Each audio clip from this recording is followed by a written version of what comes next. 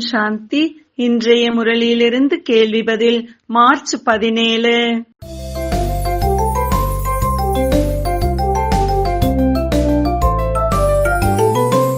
பாரதம் சொர்க்கமாக இருந்தபோது அதன் பெயர்கள் என்னவாக இருந்தது?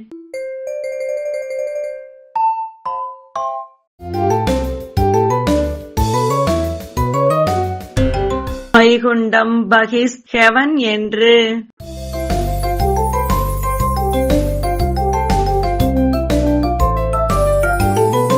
ஒரு கல்பத்திற்கும் சத்தியுகத்திற்கும் எது இருப்பது இல்லை?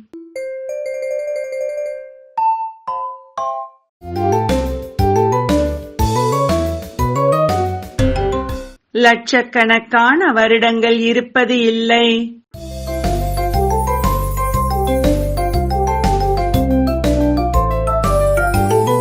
பரமாத்மா வந்து எதை புரிய வைக்கிறார்?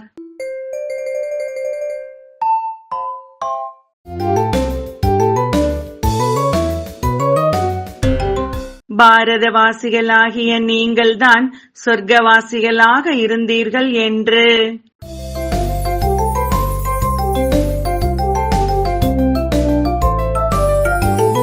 பாரதம் சொர்க்கமாக இருந்தபோது எது எவ்வாறு இருந்தது?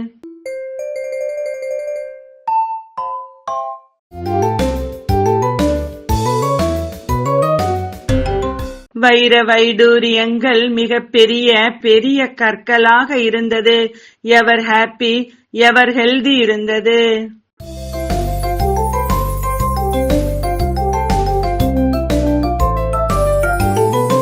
மனிதனை பகவான் என்று ஏன் கூற முடியாது?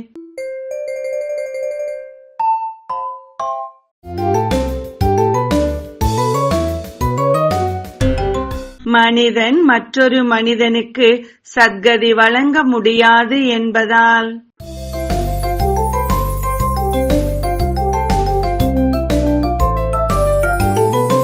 மனிதர்கள் கூறுவதற்கும் சிவன் கூறுவதற்கும் உள்ள வேறுபாடு என்ன?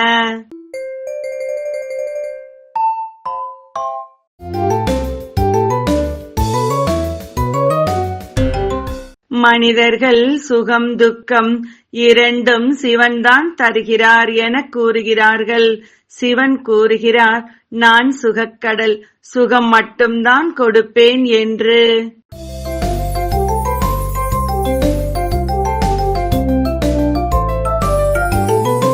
இப்போது ஆத்ம உணர்வுடையவராகி சிவ தந்தையையும் ராஜ்யத்தையும் நினைவு செய்ய வேண்டும். சரியா தவறா?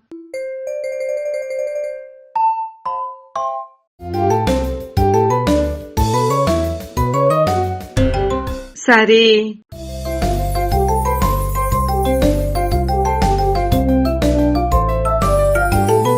இன்றைய முரளியில் முக்கியமாக என்ன கூறப்பட்டுள்ளது?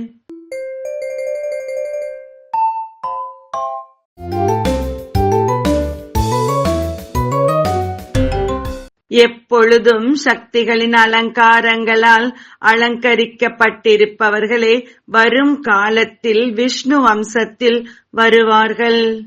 நன்றி. ஓம் சாந்தி.